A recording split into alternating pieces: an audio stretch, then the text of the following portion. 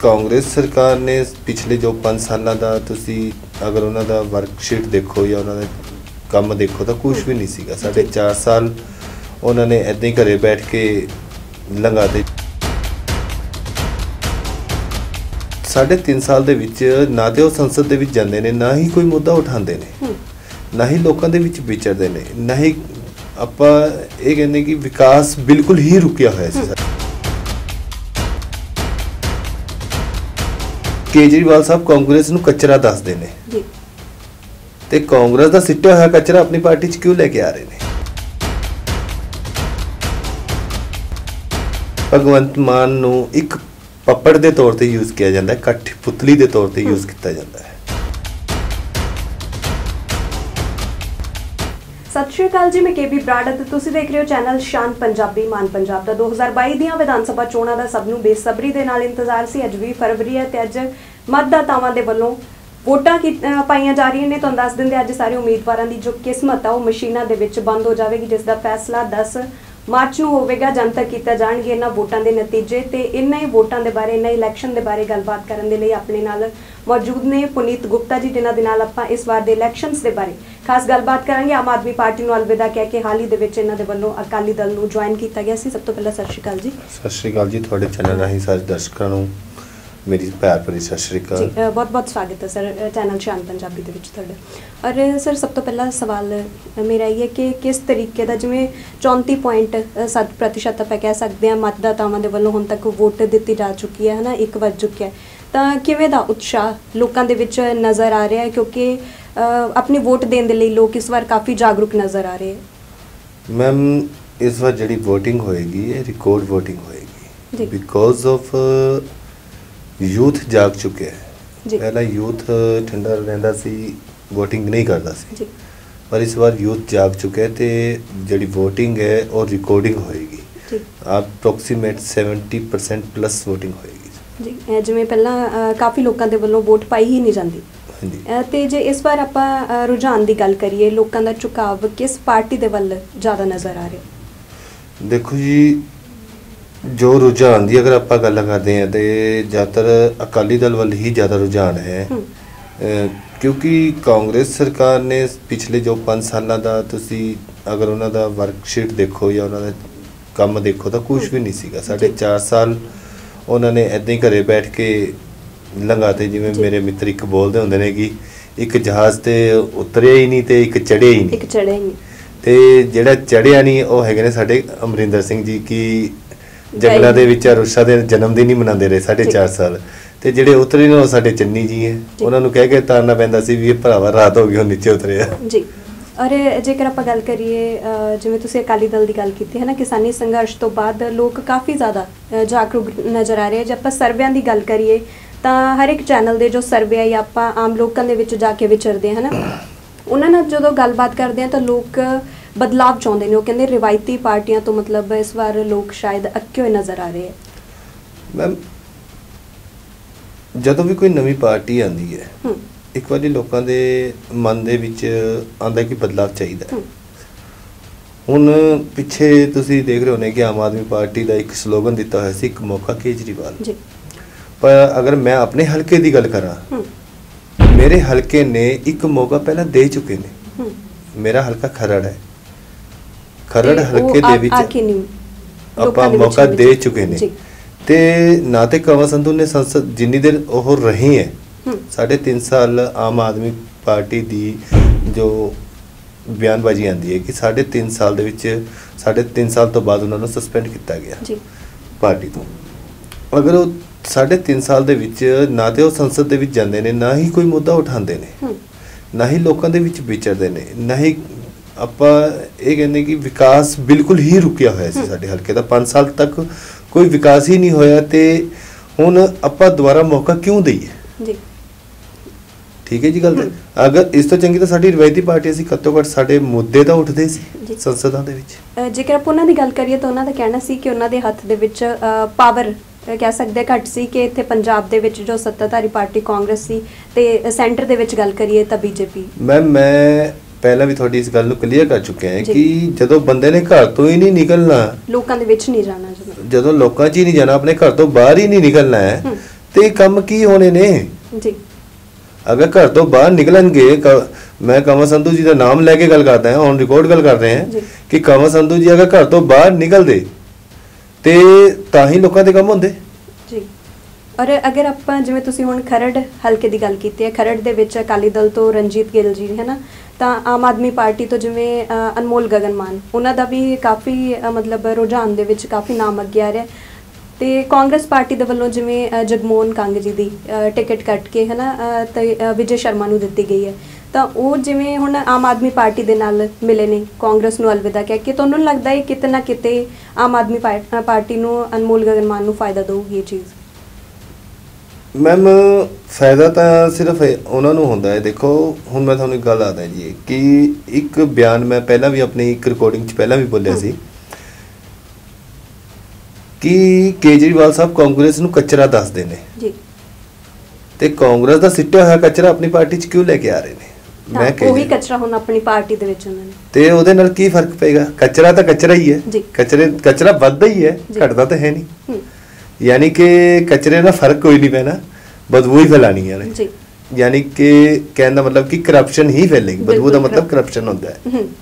ਤਾਂ ਆਮ ਆਦਮੀ ਪਾਰਟੀ ਦੀ ਜੇਕਰ ਆਪਾਂ ਗੱਲ ਕਰੀਏ ਤਾਂ ਕੇਜਰੀਵਾਲ ਜੀ ਦੀ ਪਤਨੀ ਦੀ ਇੱਕ ਜੋ ਹੈ ਆਡੀਓ ਵਾਇਰਲ ਹੋ ਰਹੀ ਹੈ ਲਗਾਤਾਰ, ਕੱਲ ਤੋਂ ਵਾਇਰਲ ਹੋ ਰਹੀ ਹੈ, ਜਿਹਦੇ ਵਿੱਚ ਉਹ ਕਹਿ ਰਹੇ ਹੈ ਕਿ ਕਿਉਂਕਿ ਪਹਿਲਾਂ ਹੁਣ ਤੱਕ ਲੋਕ ਬਹੁਤ ਖੁਸ਼ ਦਿਖਾਈ ਦੇ ਰਹੇ ਸੀ ਕਿ ਭਗਵੰਤ ਮਾਨ ਨੂੰ ਸੀਐਮ ਦਾ ਚਿਹਰਾ ਐਲਾਨਿਆ ਗਿਆ, ਕਿਉਂਕਿ ਭਗਵੰਤ ਮਾਨ ਨੂੰ ਹੁਣ ਤੱਕ ਕਾਫੀ ਪਿਆਰ ਮਿਲਦਾ ਹੈ ਲੋਕਾਂ ਦਾ। ਤਾਂ ਹੁਣ ਜਿਹੜੀ ਆਡੀਓ ਵਾਇਰਲ ਹੋ ਰਹੀ ਹੈ ਉਹਦੇ ਵਿੱਚ ਉਹ ਇਹ ਕਹਿੰਦੇ ਹੋਏ ਸੁਣਾਈ ਦੇ ਰਿਹਾ ਹੈ ਕਿ सीएम बेशक भगवंत मान बनेंगे लेकिन पंजाब का कार्यकाल है जो वो राघव चड्डा संभालेंगे, यानी कि जो वर्किंग है वो राघव चड्डा जी करेंगे। हुण तक हो की रहा है जी, आम आदमी पार्टी च हुण तक होया की है, भगवंत मान नूं एक पप्पड़ के तौर पर यूज़ किया जाता है, कठपुतली के तौर पर यूज़ किया जाता है, क्योंकि जिस बंदे कोल इन्ना एक पावर ना होवे कि वो अपनी मर्जी नाल टिकटां दे सके, अपने ਜਿਹੜੇ ਇੱਥੇ ਵਰਕਿੰਗ ਪਰਸਨਸ ਹੈ ਉਹਨਾਂ ਨੂੰ ਟਿਕਟਾਂ ਦੇ ਸਕੇ, ਉਸ ਬੰਦੇ ਕੋਲ ਇੰਨੀ ਪਾਵਰ ਹੀ ਨਹੀਂ ਹੈ ਤੇ ਉਸ ਨੂੰ ਸੀਐਮ ਬਣਾਉਣ ਦਾ ਫਾਇਦਾ ਵੀ ਕੀ ਹੈ? ਬਿਲਕੁਲ ਸਹੀ ਕਹਿ ਰਹੇ ਜੀ, ਗਲਤ ਕਹਿ ਰਹੇ ਹੈ? ਜੋ ਆਵਾਜ਼ ਨਹੀਂ ਉਠਾ ਪਾਉਂਦੇ, ਜੋ ਆਵਾਜ਼ ਨਹੀਂ ਉਠਾਉਂਦੇ, ਉਹ ਆਮ ਆਦਮੀ ਪਾਰਟੀ ਨੂੰ ਚਾਹੀਦਾ ਹੈ ਪਪਟਸ ਕਿ ਜੋ ਕੇਜਰੀਵਾਲ ਜੀ ਨੇ ਕਹਤਾ ਜਾਂ ਰਾਘਵ ਚੱਡੇ ਨੇ ਕਹਤੇ ਸਿਰਫ ਉਹਨਾਂ ਦੀ ਸੁਣੇ, ਉਹਨਾਂ ਦੀ ਹੀ ਕਹੇ, ਅਦਰਵਾਈਜ਼ ਆਪਣੇ ਦਿਮਾਗ ਔਰ ਆਪਣੇ ਦਿਲ ਤੋਂ ਕੋਈ ਕੰਮ ਨਾ ਕਰੇ। ਸੋ ਹੁਣ ਤੁਸੀਂ ਆਪ ਸਮਝਦਾਰ ਹੋ ਕਿ ਪੰਜਾਬ ਨੂੰ ਕਹਿਣ ਦਾ ਮਤਲਬ ਕਿ ਹੁਣ ਦਿੱਲੀ ਵਾਲੇ ਹੀ ਚਲਾਣਗੇ, ਪਰ ਸਾਡੇ ਮਤਦਾਤਾ ਨੇ ਇਹ ਚੀਜ਼ ਸਾਫ਼ ਕਲੀਅਰ ਕਰ ਦੇਣੀ ਹੈ 10 ਤਾਰੀਖ ਨੂੰ, ਤੁਹਾਨੂੰ ਪਤਾ ਲੱਗ ਹੀ ਜਾਣਾ ਹੈ ਕਿ ਸਾਨੂੰ ਚਲਾਉਣ ਵਾਲੇ ਦਿੱਲੀ ਵਾਲੇ ਨਹੀਂ, ਅਸੀਂ ਦਿੱਲੀ ਨੂੰ ਚਲਾਉਣ ਵਾਲੇ ਹਾਂ ਜੀ, ਦਿੱਲੀ ਨੂੰ ਚਲਾਉਣ ਵਾਲੇ। ਔਰ ਜੋ ਹੁਣ ਤੱਕ ਦੇ ਸਰਵੇ ਹੈ ਉਹਨਾਂ ਨੂੰ ਦੇਖ ਕੇ ਕਦੇ ਇਹ ਚੀਜ਼ ਦਿਮਾਗ ਦੇ ਵਿੱਚ ਆਈ ਹੈ ਕਿ ਆਮ ਆਦਮੀ ਪਾਰਟੀ ਨੂੰ ਛੱਡ ਕੇ ਕਿਤੇ ਨਾ ਕਿਤੇ ਕਦੇ ਕੋਈ ਗਲਤੀ ਕੀਤੀ ਹੋਵੇ? ਨਹੀਂ ਜੀ, ਕੋਈ ਗਲਤੀ ਨਹੀਂ ਕੀਤੀ ਇਸ ਚੀਜ਼ 'ਚ, क्योंकि कहने ने जिथे दम घुटना स्टार्ट लगे, जिस अगर तुसी कमरे दे विच बैठे हो थोड़ा दम घुट रहा है तो कमरे का दरवाजा खोल के बाहर निकल जाओ, अदरवाइज तुसी मर जाओगे। कहंदे हैं ना जी, पार्टी दे विच साडा यही हाल हो गया सी, साडा दम घुटन लग गया सी क्योंकि साडियां जमीरां जागदियां ने, असी मरी जमीरां वाले बंदे नहीं हैगे। ठीक है जी, कि आपां किसी दे जो गलत हो रहा है गलत नूं गलत ना कह सकीए। ਹੁਣ ਆਮ ਆਦਮੀ ਪਾਰਟੀ ਦੇ ਉੱਤੇ ਟਿਕਟਾਂ ਲੱਗਣ ਦੇ ਆਰੋਪ, ਵੀਡੀਓ ਤੁਸੀਂ ਇੱਕ ਵੀਡੀਓ ਦੀ ਗੱਲ ਕਰੀ ਹੈ, ਹੁਣ ਮੈਡਮ ਦੀ ਵੀਡੀਓ ਦੀ ਗੱਲ ਕੀਤੀ ਹੈ, ਆਡੀਓ ਦੀ, ਸੌਰੀ, ਕਿ ਆਡੀਓ ਵਾਇਰਲ ਹੋਈ ਹੈ ਤੇ ਆਡੀਓ ਤਾਂ ਕਈ ਵਾਇਰਲ ਹੋਈਆਂ ਨੇ। ਕੁਝ ਦਿਨਾਂ ਪਹਿਲਾਂ ਗੁਰਤੇਜ ਪੰਨੂ ਜੀ ਨੇ ਇੱਕ ਪੀਸੀ ਦੇ ਵਿੱਚ ਪ੍ਰੈਸ ਕਾਨਫਰੰਸ ਦੇ ਵਿੱਚ ਸੈਕਟਰ 27 ਦੇ ਵਿੱਚ ਕੀਤੀ ਸੀਗੀ, ਉਹਦੇ 'ਚ ਵੀ ਬਹੁਤ ਆਡੀਓਜ਼ ਵਾਇਰਲ ਹੋਈਆਂ और लाइव वायरल हुई ऑडियोज़ जिहदे विच साफ दस्सिया गया कि टिकटां नूं किवें बेचिया गया, चंडीगढ़ इलैक्शनस दे विच किवें उन्होंने विधायकों की खरीद फरोख्त बारे की गल कर रहे हैं, किस तरह गल हुई है। सो कितना कितने पार्टी करप्ट है।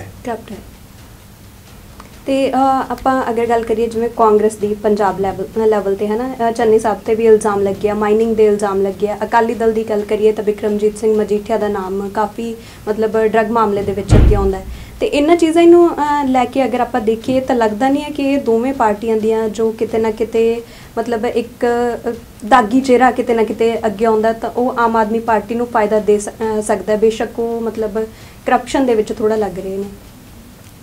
देखो मैम, क्योंकि दूसरे कोई भी ਦੀਆਂ ਦੂਜੀ ਖਾਮੀਆਂ ਪਾਰਟੀ- ਵਿਰੋਧੀ ਪਾਰਟੀ ਨੂੰ ਕੋਈ ਵੀ ਵਿਰੋਧੀ ਪਾਰਟੀ ਹੈ ਉਹ ਇੱਕ ਦੂਜੇ ਦੀ ਖਾਮੀਆਂ ਨੂੰ ਦੱਸਣਗੇ, ਬਿਲਕੁਲ ਚਾਹੇ ਉਹਨਾਂ 'ਚ ਸੱਚਾਈ ਹੈ ਜਾਂ ਨਹੀਂ ਹੈ। ਅਗਰ ਵਿਕਰਮ ਮਜੀਠੀਆ ਜੀ ਦਾਗੀ ਸੀਗੇ, ਜੀ ਮੈਂ ਸ਼੍ਰੋਮਣੀ ਅਕਾਲੀ ਦਲ ਤੋਂ ਗੱਲ ਕਰਦਾ ਹਾਂ, ਵਿਕਰਮ ਮਜੀਠੀਆ ਜੀ ਦਾਗੀ ਸੀਗੇ, ਤਾਂ ਉਹਨਾਂ ਦੇ ਉੱਤੇ ਕੋਈ ਐਕਸ਼ਨ ਕਿਉਂ ਨਹੀਂ ਲਿਆ ਗਿਆ? ਜੀ ਕੋਰਟ ਤੋਂ ਬਰੀ ਕਿਉਂ ਹੋਏ?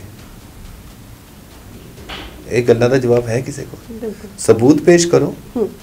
ਇਹ ਆਮ ਆਦਮੀ ਪਾਰਟੀ ਵੱਲੋਂ ਜਿਵੇਂ ਇਹ ਕਿਹਾ ਗਿਆ ਸੀਗਾ ਕਿ ਫਿਰ ਕੇਜਰੀਵਾਲ ਜੀ ਨੇ ਮਾਫੀ ਕਿਉਂ ਮੰਗੀ ਹੈ? ਹਾਂ ਲਾਈਵ ਹੋ ਕੇ ਮਾਫੀ ਮੰਗੀ ਸੀ ਉਹਨਾਂ ਨੇ। ਕਿਉਂ ਮੰਗੀ ਹੈ ਉਹਨਾਂ ਨੇ ਮਾਫੀ?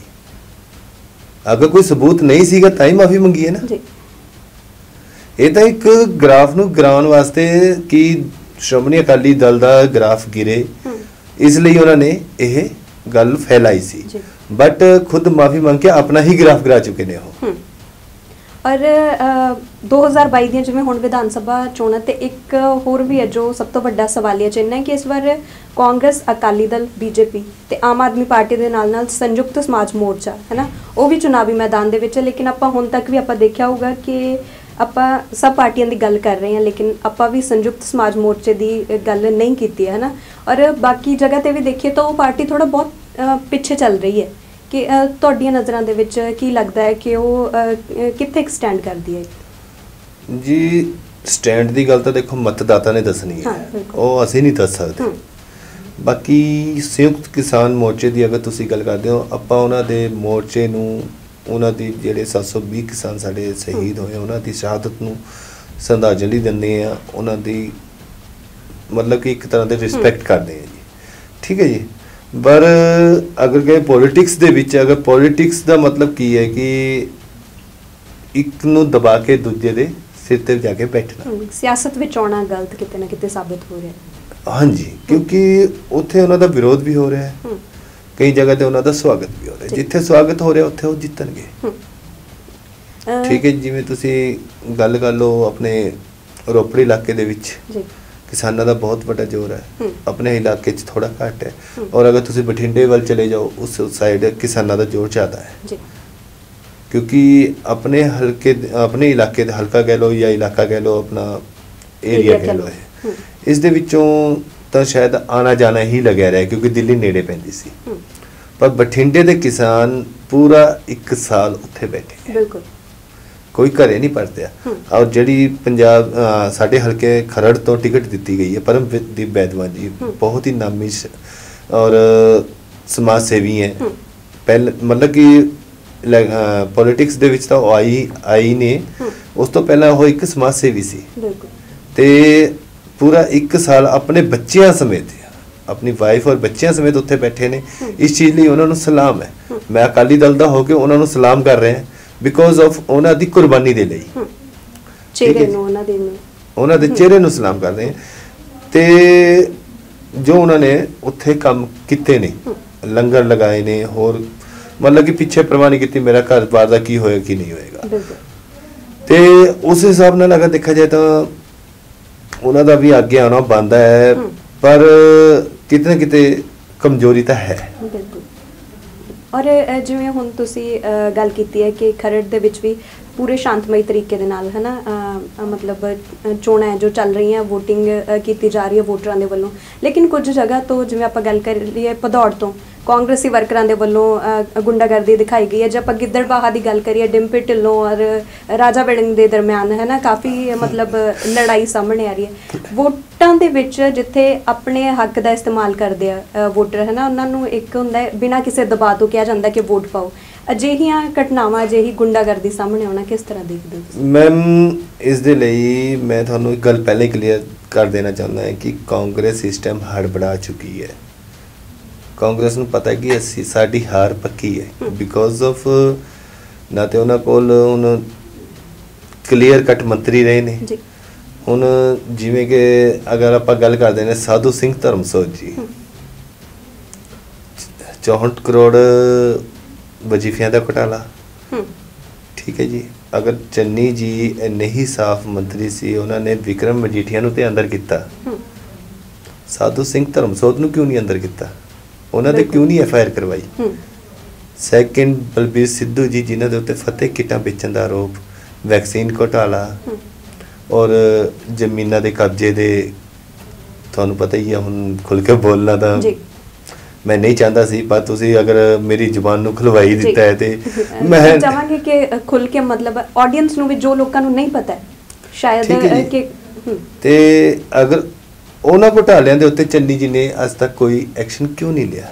ਚੰਨੀ ਜੀ ਵੋਟਾਂ ਮੰਗ ਰਹੇ ਨੇ ਕਿ ਮੈਂ ਇੰਨਾ ਕੁਝ ਪੰਜਾਬ ਦੀ ਜਨਤਾ ਨੂੰ ਦਿੱਤਾ, 111 ਦਿਨ ਦੇ ਆਪਣਾ ਰਿਪੋਰਟ ਕਾਰਡ ਦਿਖਾ ਕੇ ਵੋਟਾਂ ਮੰਗ ਰਹੇ ਨੇ। ਮਜੀਠੀਆ ਨੂੰ ਅੰਦਰ ਕਰਨ ਦਾ ਤਾਂ ਰਿਪੋਰਟ ਕਾਰਡ ਦਿਖਾ ਦਿੱਤਾ, ਵਿਕਰਮ ਮਜੀਠੀਆ ਜੀ ਨੂੰ ਅੰਦਰ ਕਰਨ ਦਾ ਰਿਪੋਰਟ ਕਾਰਡ ਤੇ ਦਿਖਾ ਦਿੱਤਾ, ਪਰ ਉਹਨਾਂ ਨੇ ਇਹਨਾਂ ਆਪਣੇ ਜਿਹੜੇ ਇਹਨਾਂ ਦੀ ਆਪਣੀ ਪਾਰਟੀ ਦੇ ਦਾਗੀ ਮੰਤਰੀ ਆ ਉਹਨਾਂ ਦਾ ਰਿਪੋਰਟ ਕਾਰਡ ਕਿੱਥੇ ਹੈ? ਠੀਕ ਹੈ ਜੀ, ਜੋ ਆਪਣੇ ਲੋਕ ਆ ਉਹਨਾਂ ਨੂੰ ਮਤਲਬ ਹਮਾਇਤ ਕਰ ਗਏ ਉਹਨਾਂ ਦੀ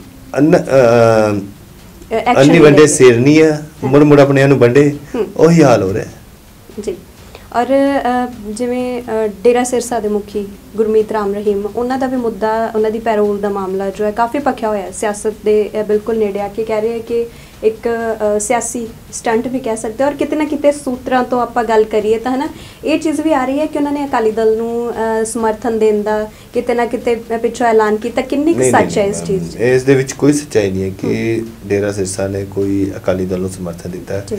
ਇਹ ਸਿਰਫ ਬੀਜੇਪੀ ਦੀ ਹੀ ਔਰ ਰੰਜਿਸ਼ ਨਹੀਂ ਕਹਾਂਗੇ ਜੀ ਆਪਾਂ ਇਸ ਨੂੰ, ਇਹ ਬੀਜੇਪੀ ਦੀ ਸੋਚੀ ਸਮਝੀ ਸਾਜ਼ਿਸ਼ ਹੈ ਕਿ ਅਕਾਲੀ ਦਲ ਨੂੰ ਬਦਨਾਮ ਕੀਤਾ ਜਾਵੇ, ਕਿਉਂਕਿ ਅਕਾਲੀ ਦਲ ਦੀ ਇੰਨੀ ਕੁ ਸਾਫ਼ ਛਵੀ ਵਾਲਾ ਇਮਾਨਦਾਰ ਬੰਦਾ ਸਾਡੇ ਹਲਕੇ 'ਚੋਂ ਔਰ ਕਈ ਜਗ੍ਹਾ ਤੋਂ, ਮੈਂ ਸਾਰਿਆਂ ਦੀ ਨਹੀਂ ਗੱਲ ਕਰਦਾ, ਕਈ ਜਗ੍ਹਾ ਤੋਂ ਬਹੁਤ ਸਾਫ਼ ਛਵੀ ਵਾਲੇ ਇਨਸਾਨ, ਠੀਕ ਹੈ ਜੀ, ਕਿ ਅਕਾਲੀ ਦਲ ਨੇ ਉਤਾਰੇ ਹੋਏ ਨੇ ਔਰ ਕਿਤੇ ਨਾ ਕਿਤੇ ਉਹਨਾਂ ਨੂੰ ਖਤਰਾ ਪੈ ਗਿਆ ਕਿ ਸਾਡੀ ਤਾਂ ਜਿਹੜੀ 10 ਸੀਟਾਂ ਆਣੀਆਂ ਉਹ ਵੀ ਨਹੀਂ ਆਣੀਆਂ ਹੈਗੀਆਂ।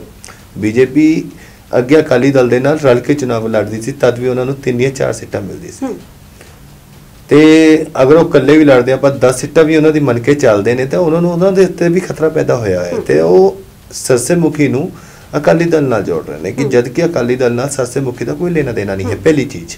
ਸੈਕਿੰਡ, ਹੁਣੇ ਮੈਂ ਮੋਬਾਈਲ ਚਲਾ ਰਿਹਾ ਸੀਗਾ ਥੋੜੀ ਦੇਰ ਪਹਿਲਾਂ ਤੇ ਮੈਂ ਉਸ ਦੇ ਵਿੱਚ ਦੇਖਿਆ ਕਿ ਸਿਰਸਾ ਮੁਖੀ ਨੇ ਹੁਣੇ ਥੋੜੀ ਦੇਰ ਪਹਿਲਾਂ ਆਪਣੇ ਜੋ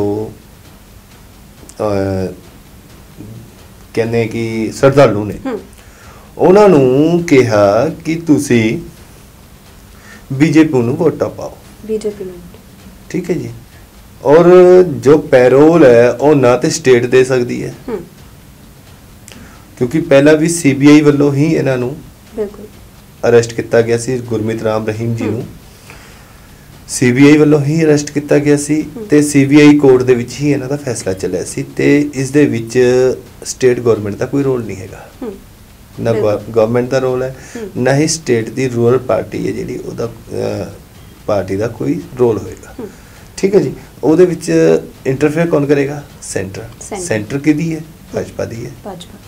ਤੇ ਮੈਂ ਤਾਂ ਡਾਇਰੈਕਟਲੀ ਬੋਲੂੰਗਾ ਕਿ ਨਰਿੰਦਰ ਮੋਦੀ ਜੀ ਨੇ ਉਹਨਾਂ ਨੂੰ ਛਡਵਾਇਆ ਕਿ ਅਸੀਂ ਪੰਜਾਬ ਦੇ ਵਿੱਚ ਘੱਟੋ ਘੱਟ ਆਪੋਜੀਸ਼ਨ 'ਚ ਬੈਠਣ ਦੇ ਲਾਇਕ ਤਾਂ ਹੋ ਜੀ। ਜੀ ਭਾਜਪਾ ਤੇ ਕਾਫੀ ਟਾਈਮ ਤੋਂ ਇਸ ਚੀਜ਼ ਨੂੰ ਲੈ ਕੇ ਇਲਜ਼ਾਮ ਲੱਗ ਰਹੇ ਸੀ ਕਿ ਚੋਣਾਂ ਦੇ ਬਿਲਕੁਲ ਨਜ਼ਦੀਕ ਆ ਕੇ ਪੈਰੋਲ ਦਵਾਈ ਗਈ ਹੈ। ਉਹਨਾਂ ਦਾ ਕਹਿਣਾ ਸੀ ਕਿ ਹਰ ਇੱਕ ਕੈਦੀ ਦਾ ਹੱਕ ਹੈ, ਲੇਕਿਨ ਇਸ ਚੀਜ਼ ਤੇ ਵੀ ਸਵਾਲ ਉੱਠਦੇ ਆ ਕਿ ਉਹ ਕੈਦੀ ਦਾ ਹੱਕ ਹੁਣ ਹੀ ਕਿਉਂ ਮਿਲਣਾ ਸੀ? ਹੁਣ ਹੀ ਕਿਉਂ ਮਿਲਣਾ? ਕਿਉਂਕਿ ਉਹਨਾਂ ਨੂੰ ਉਹਨਾਂ ਦੇ ਸਜ਼ਾ ਹੋਈ ਨੂੰ ਤਾਂ ਆਈ ਥਿੰਕ 3 ਜਾਂ 4 ਸਾਲ ਹੋ ਚੁੱਕੇ ਨੇ ਜੀ, ਤੇ 4 ਸਾਲ ਬਾਅਦ ਹੀ ਪੈਰੋਲ ਕਿਉਂ ਦਿੱਤੀ ਗਈ? ਉਹ ਵੀ ਇਲੈਕਸ਼ਨਸ ਦੇ ਸਮੇਂ, ਉਹ ਵੀ ਜਦੋਂ ਮਾਹੌਲ ਇੰਨਾ ਭਖਿਆ ਹੋਇਆ ਹੈ ਔਰ ਤਣਾਅ ਦਾ ਮਾਹੌਲ ਹੁੰਦਾ ਹੈ, ਇੱਕ ਇਲੈਕਸ਼ਨਸ ਦਾ ਸਮਾਂ ਹੁੰਦਾ ਹੈ, ਕਹਿੰਦੇ ਹਰ ਇੱਕ ਬੰਦੇ ਦੇ ਦਿਮਾਗ ਦੇ ਉੱਤੇ ਬਰਡਨ ਹੁੰਦਾ ਹੈ। ਕਹਿ ਸਕਦੇ ਹਾਂ ਕਿ ਬੀਜੇਪੀ ਨੂੰ ਆਪਦੇ ਹਾਲਾਤ ਪੰਜਾਬ ਦੇ ਵਿੱਚ ਦਿਖਾਈ ਦੇ ਰਹੇ ਹੈ। ਔਰ ਸੈਕਿੰਡ, ਨਰਿੰਦਰ ਮੋਦੀ ਜੀ ਨੂੰ ਮੈਂ ਇੱਕ ਗੱਲ ਤੁਹਾਡੇ ਚੈਨਲ ਦੇ ਰਾਹੀਂ ਪੁੱਛਣਾ ਚਾਹੁੰਦਾ ਹੈ ਕਿ ਜਿਸ ਜੇਲ੍ਹ ਦੇ ਵਿੱਚ ਉਹ ਬੰਦ ਸੀ, ਅੰਬਾਲਾ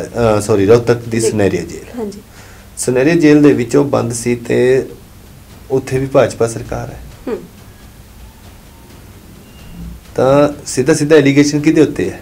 ਭਾਜਪਾ। ਮੈਨੂੰ ਹੁਣ ਕੁਝ ਬੋਲਣ ਦੀ ਲੋੜ ਨਹੀਂ, ਤੁਸੀਂ ਆਪਣੇ ਆਪ ਹੀ ਜਵਾਬ ਦੇ ਦਿੱਤਾ। ਔਰ ਜਿਵੇਂ ਲਾਸਟ ਸਵਾਲ ਹੈ ਮੇਰਾ ਇਹ ਕਿ ਇਸ ਵਾਰ ਦੇ ਜੋ ਇਲੈਕਸ਼ਨਸ ਨੇ ਬੜੇ ਅਲੱਗ ਨਜ਼ਰੀਏ ਦੇ ਨਾਲ ਦੇਖਿਆ ਜਾ ਰਿਹਾ ਉਹਨਾਂ ਨੂੰ, ਕਿਉਂਕਿ ਪਹਿਲਾਂ ਕਾਂਗਰਸ ਅਕਾਲੀ ਦਲ ਬੀਜੇਪੀ ਦਾ ਗੱਠਜੋੜ ਹੁੰਦਾ ਹੈ, ਅਕਾਲੀ ਦਲ ਔਰ ਕਾਂਗਰਸੀ ਮੁਕਾਬਲੇ ਦੇ ਵਿੱਚ ਹੁੰਦੇ। ਇਸ ਵਾਰ ਆਮ ਆਦਮੀ ਪਾਰਟੀ ਵੀ ਮੁਕਾਬਲੇ 'ਚ ਦੇਖੀ ਜਾ ਰਹੀ ਹੈ। ਉਧਰ ਕਿਤੇ ਨਾ ਕਿਤੇ ਕੁਝ ਵੋਟਾਂ ਸੰਯੁਕਤ ਸਮਾਜ ਮੋਰਚੇ ਨੂੰ ਵੀ ਜਾਣਗੀਆਂ। ਸੋ ਇੱਕ ਵੱਖਰੇ ਤਰੀਕੇ ਦਾ ਮਤਲਬ ਆਪਾਂ ਕਹਿ ਸਕਦੇ ਹਾਂ ਚੋਣਾਂ ਦੇਖੀਆਂ ਜਾ ਰਹੀਆਂ, ਕਿਉਂਕਿ ਸੰਘਰਸ਼ ਤੋਂ ਬਾਅਦ ਵੀ ਕਾਫੀ ਲੋਕ ਹੈ ਜੋ ਉਹਨਾਂ 'ਚ ਜਾਗਰੂਕਤੀ ਆਈ ਹੈ ਨਾ। ਔਰ ਜੇ ਗੱਲ ਕਰੀਏ ਕਿ ਤੁਸੀਂ ਅਕਾਲੀ ਦਲ ਪਾਰਟੀ ਜੁਆਇਨ ਕੀਤੀ ਹੈ ਆਮ ਆਦਮੀ ਪਾਰਟੀ ਛੱਡ ਕੇ, ਹੈ ਨਾ, ਜੇਕਰ ਹੁਣ ਅਕਾਲੀ ਦਲ ਇਹਨਾਂ ਵਿਧਾਨ ਸਭਾ ਚੋਣਾਂ ਦੇ ਵਿੱਚ ਸੱਤਾ ਦੇ ਵਿੱਚ ਆਉਂਦੀ ਹੈ ਤਾਂ ਪੰਜਾਬ ਦਾ ਜੋ ਭਵਿੱਖ ਹੈ ਕਿਵੇਂ ਦਾ ਦੇਖਦੇ ਹੋ ਤੁਸੀਂ, ਔਰ ਕਿਹੜੀਆਂ ਚੀਜ਼ਾਂ ਨੂੰ ਲੈ ਕੇ ਤੁਹਾਨੂੰ ਲੱਗਦਾ ਹੈ ਕਿ ਅਕਾਲੀ ਦਲ ਹੈ ਪੰਜਾਬ ਦੇ ਮੁੱਦਿਆਂ ਤੇ ਕਿਹੜੇ ਤੇ ਕੰਮ ਕਰਨ ਜਾ ਰਹੀ ਹੈ? ਮੈਮ ਐਜੂਕੇਸ਼ਨ ਦਾ ਮਾਮਲਾ ਦੇਖ ਲਓ, ਅਗਰ ਐਜੂਕੇਸ਼ਨ ਦੇਖੇ ਤਾਂ ਅਕਾਲੀ ਦਲ ਦੀ ਸਰਕਾਰ ਦੇ ਸਮੇਂ ਸਿਖਰਾਂ ਤੇ ਸੀ, ਅੱਜ ਦੇ ਟਾਈਮ ਦੇ ਵਿੱਚ ਜ਼ੀਰੋ ਹੋ ਚੁੱਕੀ ਹੈ। ਠੀਕ ਹੈ ਜੀ। ਬਿਜਲੀ ਦਾ ਮੁੱਦਾ ਜੀ, 5 ਰੁਪਏ 40 ਪੈਸੇ ਪਰ ਯੂਨਿਟ ਦਿੰਦੇ ਸੀ ਜੀ ਅਕਾਲੀ ਦਲ ਦੀ ਸਰਕਾਰ ਦੇ ਸਮੇਂ। ਜਦੋਂ ਆਪਾਂ ਅਕਾਲੀ ਦਲ ਛੱਡ ਕੇ ਗਏ ਆ, ਖਰੀਦੇ ਤਾਂ ਉਹ ਨਹੀਂ ਥਰਮਲ ਤੋਂ, ਉਸੇ ਥਰਮਲ ਤੋਂ ਸੀ।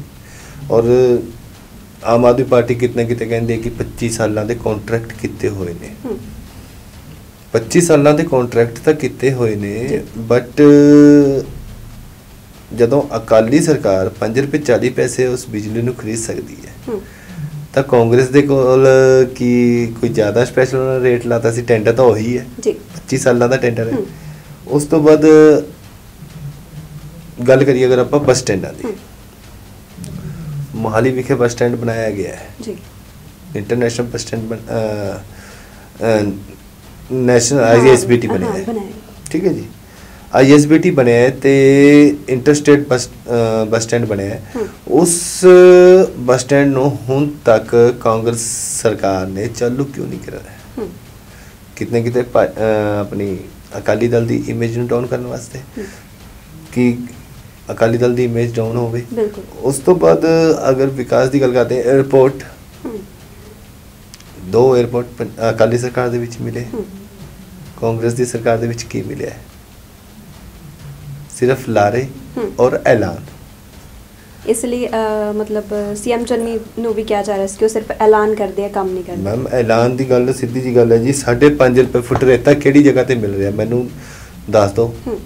ਉਸ ਤੋਂ ਬਾਅਦ ਦੂਜਾ ਐਲਾਨ ਇਹਨਾਂ ਦਾ 8 ਸਿਲੰਡਰ ਤੇ 1100 ਰੁਪਏ ਪ੍ਰਤੀ ਮਹੀਨਾ ਹਰ ਔਰਤ ਦੇ ਖਾਤੇ ਦੇ ਵਿੱਚ ਪਾਏ ਜਾਣਗੇ। ਠੀਕ ਹੈ ਜੀ। ਅਗਰ ਲੇਡੀਜ਼ ਨੂੰ ਦੇਣਾ ਹੀ ਹੈ, ਮੈਂ ਉਹੀ ਗੱਲ ਪੁੱਛਣਾ ਚਾਹੁੰਦਾ ਹੈ ਕਿ ਚੰਨੀ ਸਾਹਿਬ ਨੂੰ ਕਿ ਤੁਸੀਂ ਤਾਂ ਉਸ ਟਾਈਮ ਸਮੇਂ ਮੁੱਖ ਮੰਤਰੀ ਸੀ, ਤੁਸੀਂ ਦੇ ਸਕਦੇ ਸੀ। ਉਸੇ ਟਾਈਮ ਐਲਾਨ ਕਰਨ ਦੀ ਕੀ ਲੋੜ ਹੈ ਵੀ ਆਪਾਂ ਇਲੈਕਸ਼ਨ ਤੋਂ ਬਾਅਦ ਦੇਵਾਂਗੇ? ਤੁਸੀਂ ਉਸੇ ਸਮੇਂ ਦਿਓ। ਉਸੇ ਸਮੇਂ 111 ਦਿਨ ਦੇ ਵਿੱਚ ਚੰਨੀ ਸਰਕਾਰ ਨੇ ਇਹ ਐਲਾਨ ਕੀਤਾ ਸੀ। ਐਲਾਨ ਨੂੰ ਉਹ ਉਸ ਸਮੇਂ ਪੂਰਾ ਵੀ ਕਰ ਸਕਦੇ ਸੀ, ਤਾਂ ਹੀ ਉਹਨਾਂ ਨੂੰ ਐਲਾਨੀ ਕਿਹਾ ਗਿਆ। ਔਰ ਥਰਡ, ਉਹਨਾਂ ਨੇ ਕਿਹਾ ਸੀ ਕਿ ਜਿਹੜੇ ਕਾਮਗਾਰੇ ਨੇ ਉਹਨਾਂ ਦੇ DC ਰੇਟ ਦੇ ਵਿੱਚ 415 ਰੁਪਏ ਦਾ ਵਾਧਾ ਕੀਤਾ ਕਰਿਆ ਜਾਵੇਗਾ। ਹੁਣ ਤੱਕ ਕਿਸੇ ਦਾ 415 ਰੁਪਏ ਤਾਂ ਛੱਡੋ, 15 ਰੁਪਏ ਦਾ ਵਾਧਾ ਨਹੀਂ ਆਇਆ, ਤੇ ਫਿਰ ਆਪਾਂ ਐਲਾਨ ਹੀ ਕਹਾਂਗੇ। ਔਰ ਬਹੁਤ ਬਹੁਤ ਸ਼ੁਕਰੀਆ ਸਰ ਗੱਲਬਾਤ ਦੇ ਲਈ। ਤਾਂ ਇਹ ਸੀ ਆਪਣੇ ਨਾਲ ਪੁਨੀਤ ਗੁਪਤਾ ਜੀ, ਜਿਨ੍ਹਾਂ ਦੇ ਨਾਲ ਆਪਾਂ ਵਿਧਾਨ ਸਭਾ ਚੋਣਾਂ ਦੇ ਬਾਰੇ, ਅੱਜ ਜੋ ਇਲੈਕਸ਼ਨ ਹੋ ਰਹੇ ਨੇ ਉਹਦੇ ਬਾਰੇ ਖਾਸ ਗੱਲਬਾਤ ਕੀਤੀ। ਹੋਰ ਅਪਡੇਟਸ ਦੇ ਲਈ ਦੇਖਦੇ ਰਹੋ ਸਾਡਾ ਚੈਨਲ ਸ਼ਾਨ ਪੰਜਾਬੀ, ਮਾਨ ਪੰਜਾਬ ਦਾ। ਧੰਨਵਾਦ।